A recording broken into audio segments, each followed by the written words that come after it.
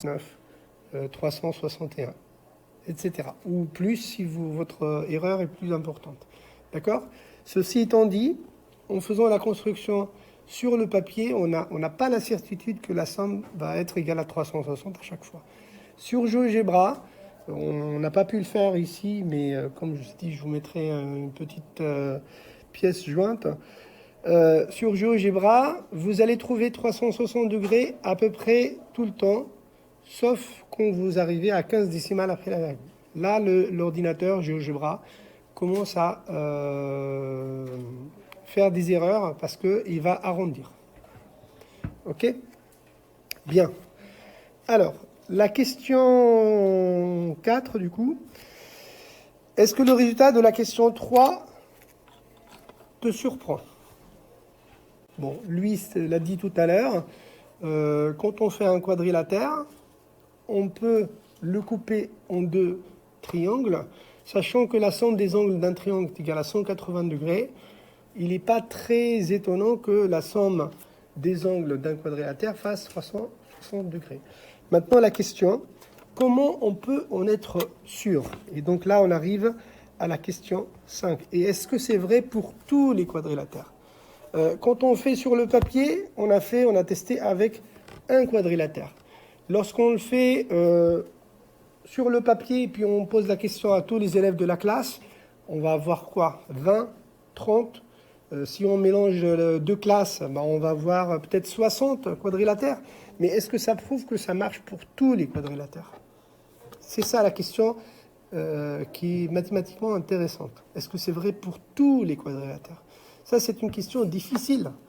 Parce que même avec GeoGebra, le fait de faire la construction avec GeoGebra et puis modifier, déplacer les points, ça nous permet de vérifier avec plein de quadrilatères, on peut même dire avec une infinité de quadrilatères.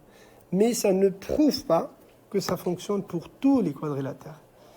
Alors, pour être sûr que ça marche pour tous les quadrilatères, eh bien, on va faire ce qu'on appelle en mathématiques une démonstration.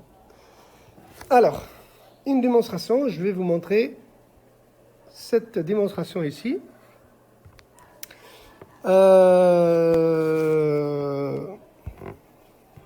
Donc pour faire cette démonstration, je n'ai pas besoin de plus qu'une construction à main levée. Donc je vais faire ma construction à main levée.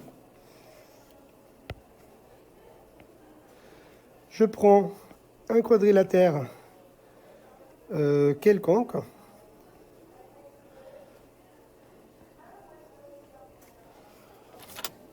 Donc je vais l'appeler A, B, C, D.